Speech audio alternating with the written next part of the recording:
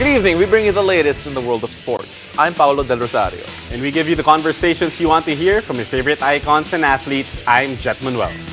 Watch the game live on the Filipinas Live app for just 99 pesos a month. Available for download on Google Play and the App Store. Welcome back, Jet. I missed you. Buckle up, sports fans. Let's get in the game. And welcome back to the game. We are deep into the semifinals of the PVL Invitational Conference, and the action can only get better from here. And with that, we have some huge names that have been playing to the best of their abilities to put their team ahead.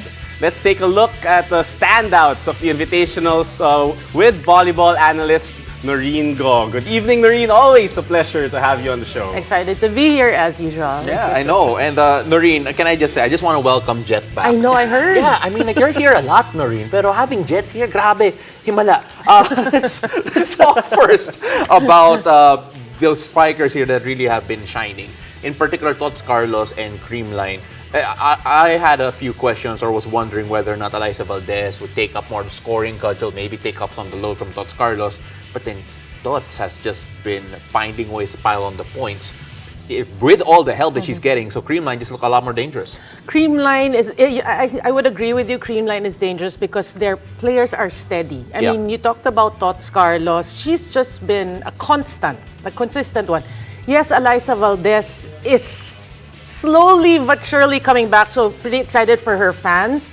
She's been playing so well, and you know, even to Coach Sherwin, he's not surprised because she's playing well. No? And can you imagine how Creamline will even be if Alyssa plays her normal game, injury-free, healthy? But back to Tots Carlos, she has just been focused. She has MVP caliber, and she's bringing that game in, game out. Let me talk about Tots Carlos, but another player who has been performing well, scoring a lot of points, is Ces Molina. What can you say about her? Your impressions on her game so far? Ces Molina, actually, I was looking at some numbers after the games. She has been top scoring in a lot of games, although it's very tight. You know, I don't think they can make it to the finals because it seems like Creamline is undefeated, and the Japanese team also undefeated. So they are the heavy favorites to make it to the finals. But it's really not how you start, it's how you end it. We always say, Ces Molina, like Tots Carlos, has been the constant one. And we're hoping, you know, I mean, she is a veteran in her squad, but we're hoping in future conferences, maybe she can lead her team to a finals appearance. What is different about Ces this time around? Because, again, there are times wherein maybe she isn't shining as much as we expect her to or someone else does for Signal. But what is different as of late that we are suddenly seeing her pop up? Oh, good you ask that. I mean, it did come to mind when you talk about Ces Molina. It's like she embraced her role because when she joined the team, you have players like Dakis, Meneses. No, they're already there. So she was just playing her game. But right now, she knows she's the go-to player. She's embracing that role and the responsibility. So she's playing well, and we're just excited about this Signal squad. Going from one end to the other end, I think we talked about this off-air, some skill sets that you wanted to highlight. From offense to defense, you know, one of the players that has been playing great defense is Ced Domingo. Yeah. So what do you see in how she's able to play at this high level? What I love about Ced Domingo really is throughout the elimination, she's okay, she's good, right? But she's not like, oh, the Ced Domingo that won a finals MVP, right? Right? Yeah, I mean, that's high praise, yeah. We have to say, yeah, she's good, okay? But come semis, so far in their 2 games, she has already 10 blocks. So every time the stakes get higher, she just steps it up, you know, a notch higher. So that's why, you know, Creamline is still undefeated because Ced Domingo, you know, not the tallest, but she makes it up with really timing and speed. I want to talk about someone who's dangerous even before rallies actually start. That is because she's one of the best servers in the game today, Jel Cayuna. 7 aces already. And every time I see her walk up to that service line, I feel like seeing that in itself is already a weapon. Yeah. I mean, we always say the setters are always the better servers. And Jel Cayuna is showing us that. And again, you know, she is a setter, but she's doing it in all aspects. I even saw, not just in serving, not just in setting, but blocking. She has tallied 2 blocks already. And she's only, I think, setter who has 2 blocks. So all-around game for Jelka Yuna.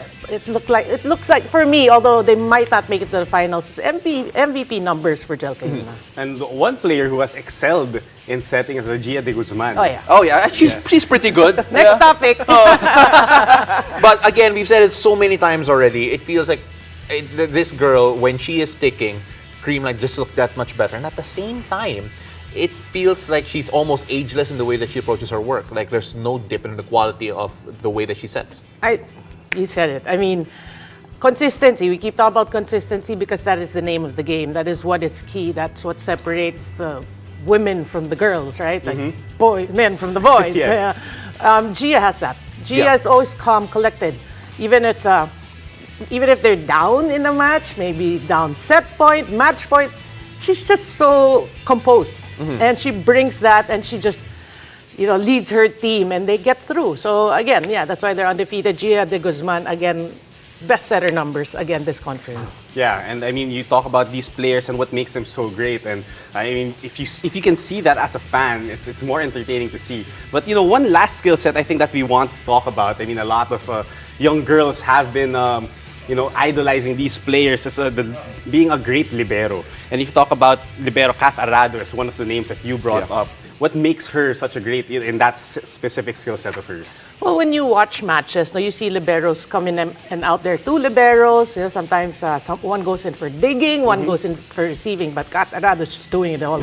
Yeah. And look at the numbers. She's tops in receiving, tops in digging. So all around, I mean, when she's at the back, she's just manning the court, the floor defense so well. So for PLDT, on the side, they're just hoping that will translate to more offense, to more wins. She's consistently been one of the best liberos in the country for a while now, and I'm glad to see her shining still here with PLDT. Noreen, we really appreciate you being here. We're gonna talk a lot more for a lot longer next time. I hope you're gonna be ready for that. We really appreciate you. Thank you. And always thanks for coming, Noreen. And after the break, we'll relive the historic win of the Filipinas in the FIFA Women's World Cup. Stay tuned. You're watching The Game.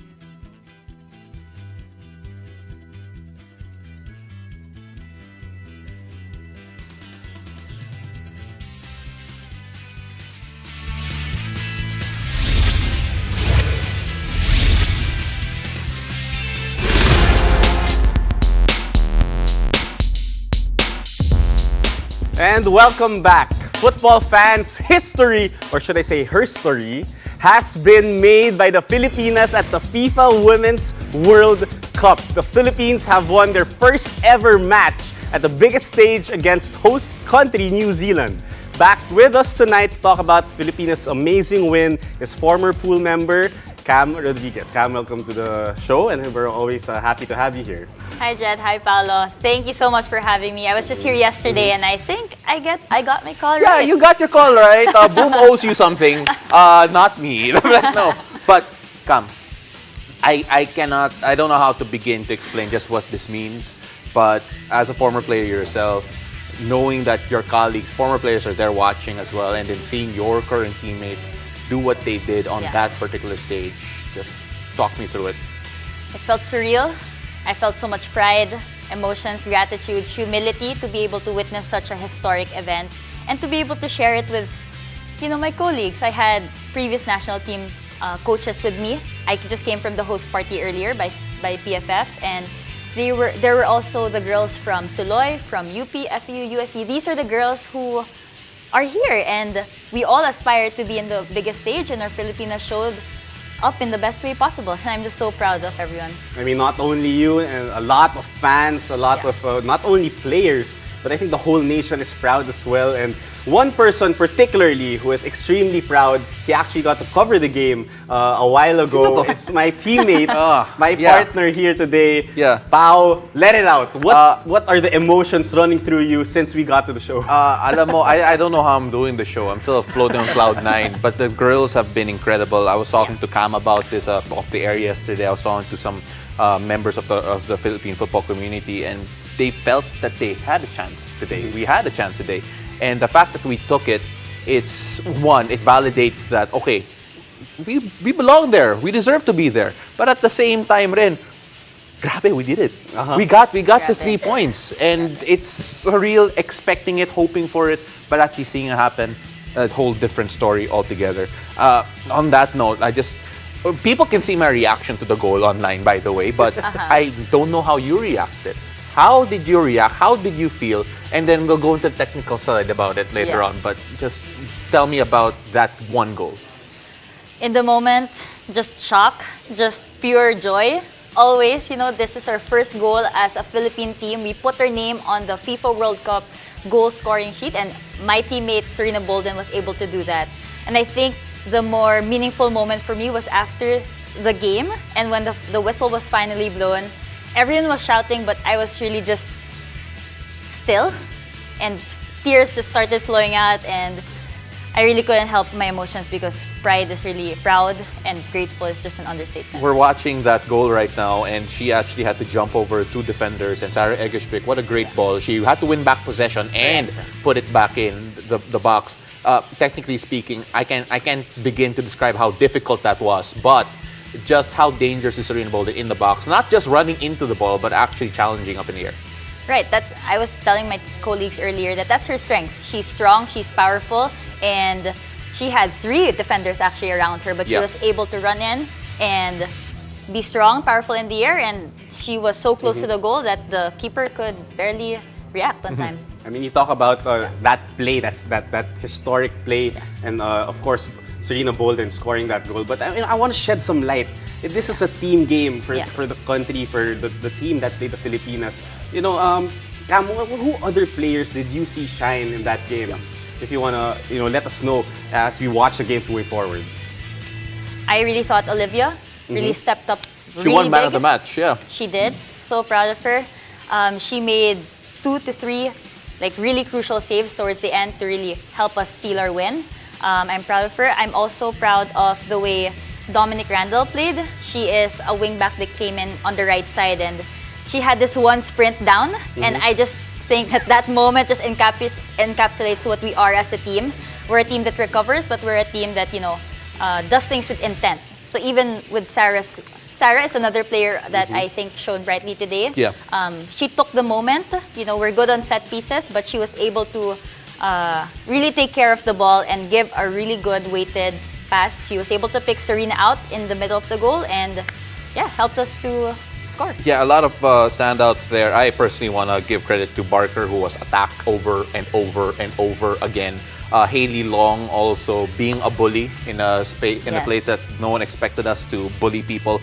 But you take a look at what this means for the game here in the Philippines. We all know that we want more attention. All the football fans out there. Sorry, Jet. I know you know that, right? I want to give the attention. Yeah. Yes. What does that mean? What do you feel this means for the country, for the local game in general? It means the world. It means that now it's a challenge that poses to everyone here in the Filipino community. Not just the players to step up big, but we're talking about brands, we're talking about media, we're talking about the federation to really keep this level of professionalism to help the team succeed. And the goal isn't just the first World Cup to be here for the first time, but we don't want this to be our last one. So our vision is to keep showing up in the world's biggest stage and really push Philippine women's football as one of the top competitive teams in the world. I mean, there's no doubt now, of course. Yeah. Or you give credit where credit is due, and man, that goal and this game has meant a lot. But moving forward as we climb up now, after this win, I want to hear your thoughts on Philippines versus Norway. What do you think that matchup is going to be like?